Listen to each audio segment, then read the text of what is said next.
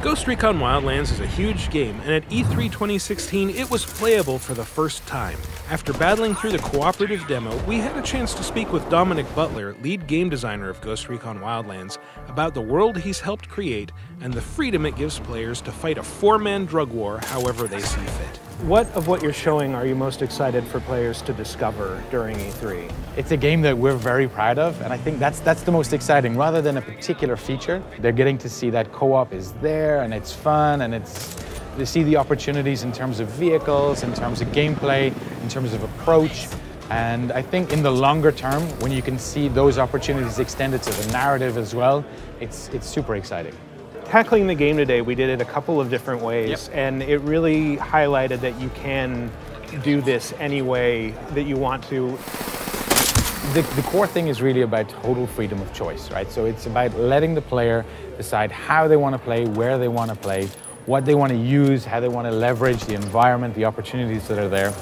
But it is a very dangerous and reactive world, so once the alarms start going off, that alarm propagation goes out, reinforcements get called, and suddenly you find yourself not dealing with 2 or 3 enemies, but a dozen or more. They're coming in by armored vehicles, they're sometimes coming in by helicopter, and so things can escalate. They can get really big very quickly if you're not prepared. At one point, I freed some rebels that were in a cage. Yep. Can you tell us anything about them?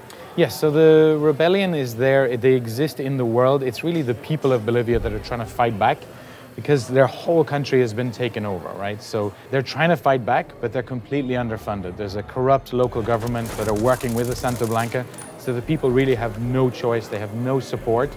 And this is an optional benefit that the player can leverage, is to try to help build up this rebellion, to support those rebels. Sometimes in camps you're going to find cages, you're going to find them imprisoned. If you can get to them, if you can free them, they're going to take up arms against the Santa Blanca completely systemically. You don't have to tell them what to do. They know where the enemy is. They're going to start fighting back, and it's a way to kind of leverage one faction against another. And we also put a name to the face of the leader of Santa Blanca, El Sueño. El Sueño, that's right. What can you tell us about him? He's an unpleasant character, but he's at the same time the charismatic leader of the Santa Blanca. He's the one that led them to power. He's the one that brought them into Bolivia and helped them take over Bolivia, turn it into a narco state. But he rules through intimidation, through bribery, corruption, whatever it takes. They got a beat on us. So when is Ghost Recon Wildlands coming out? So Ghost Recon Wildlands will be released on March 7th, 2017.